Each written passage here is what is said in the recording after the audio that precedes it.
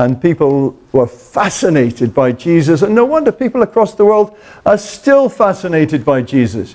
You ask a person in the street, be they Hindu or Buddhist or Muslim or whatever, what do you think of Jesus? Oh, Jesus was a great guy. Great prophet, whatever. People are still fascinated by Jesus.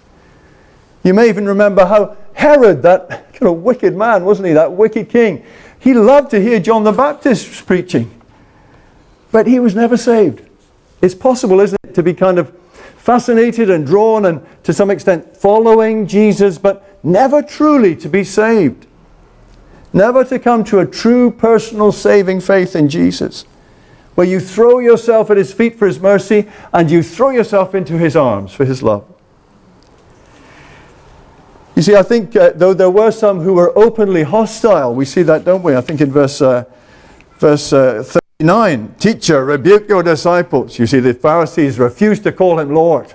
He's just a teacher. He's just one of those rabbis. The rest of them called him Lord. But what I think is going on here is that the rest of the people involved, they may not be openly hostile, and you might not be either. But I think they're just being swept along, many of them, by the crowd, as we can be. One day singing his sweet praises, a few days later, Good Friday, crying for his blood, crucify. You see, I think this is all showing us that you can be part of the crowd that follows Jesus. There's a nice crowd of people here. It's so lovely to see you all. You can be part of the crowd that follows Jesus, that's fascinated by Jesus, that's interested, that thinks he's a great guy. But you can come so far but never really follow him and never really be saved. You can even participate in the praise and the singing with joy in your heart, but never really be saved.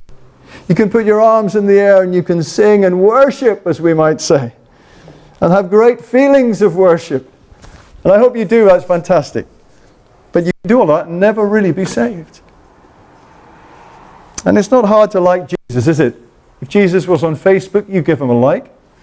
Jesus was on WhatsApp, you'd put your thumb up, right? He's a good guy, Jesus. You see, I think it's likely that some of the folks here were following the crowd more than following Christ. And it's not hard to imagine that there were some there who'd been healed by Jesus, who'd kind of been saved by Jesus on one level at least, physically, or perhaps from demons.